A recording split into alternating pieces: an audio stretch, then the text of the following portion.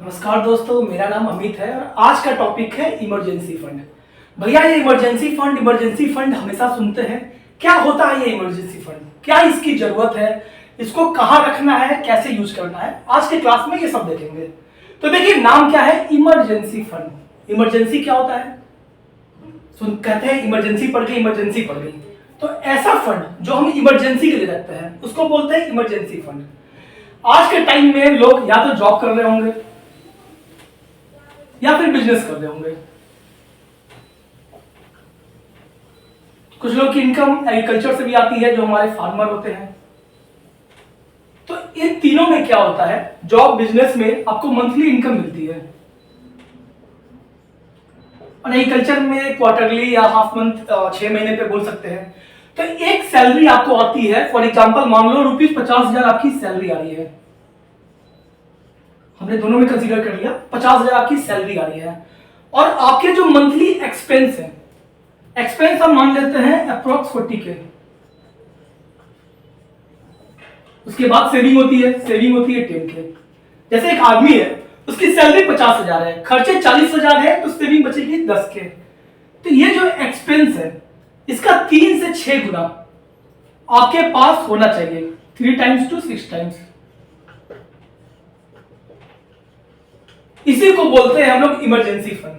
अगर किसी एक आदमी, मान लो नाम ए है, उसकी 40,000 एक्सपेंस है, तो उसके अकाउंट में कम से कम 1,00,000 1.2 लाख से 2.4 लाख रुपीज उसके पास एनी टाइम होना चाहिए एज ए इमरजेंसी फंड।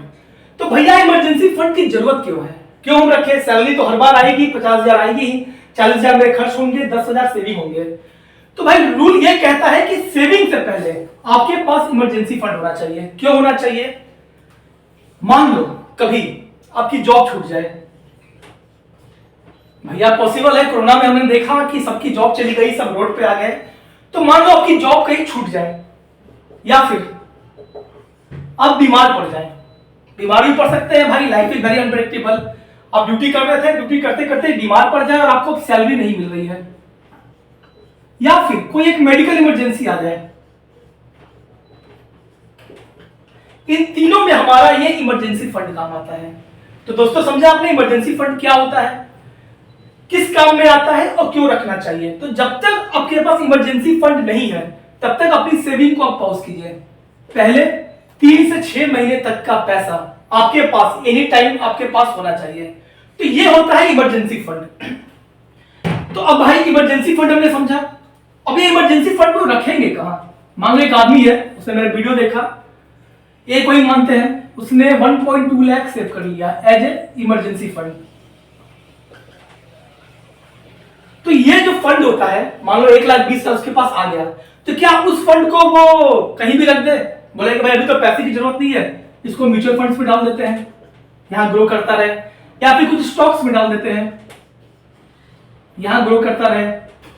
तो इसका आंसर होगा नहीं।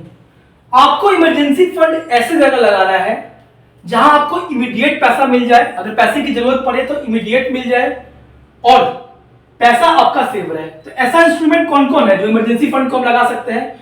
तो हमारा पहला हो गया एफडी।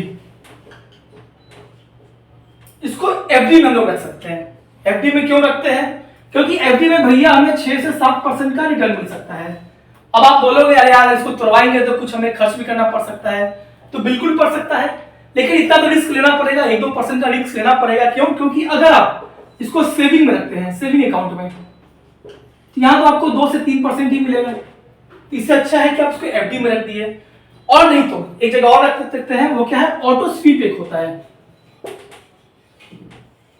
ऑटो स्वीप में भी आपको एफडी इतना ही रिटर्न मिलता है, 6 से 7%।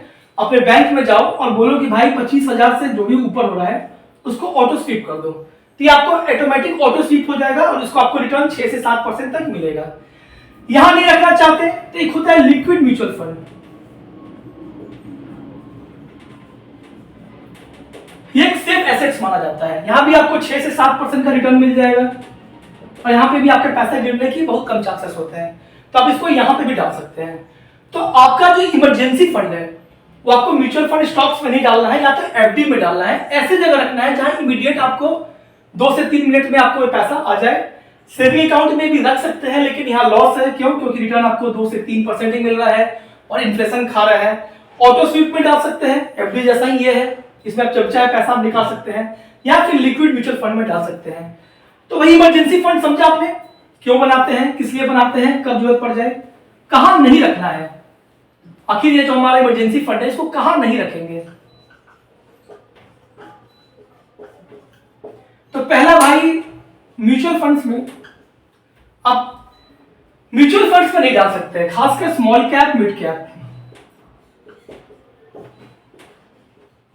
ऐसा क्यों? क्योंकि देखो स्मॉल कैप मिड कैप जो होता है बहुत ही वोलेटाइल म्यूचुअल फंड होता है। मान लो भैया आपने लगाया 2 लाख रुपया आपने डाला और पता चला कि मार्केट अगला दिन 20% क्रैश हो गया, अब आपको पैसे की जरूरत पड़ गई, तो पैसों की वैल्यू है 1.8 लाख ही, आपने लगाया कितना था 2 लाख। तो mutual fund small cap mid cap में नहीं डाल सकते हैं, कोई स्टॉक नहीं ले सकते।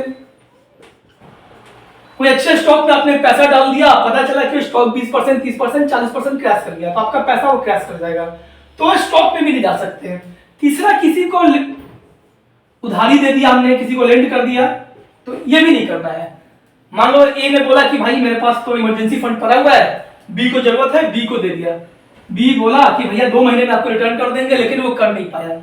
2 से 4, 4 से 6, अब ए को पैसे की जरूरत है, ए बी से मांग रहा है, बी बोल रहा है भाई पैसे नहीं है, तो ये आपको अपने पास कहां रखना है मैंने बता दिया।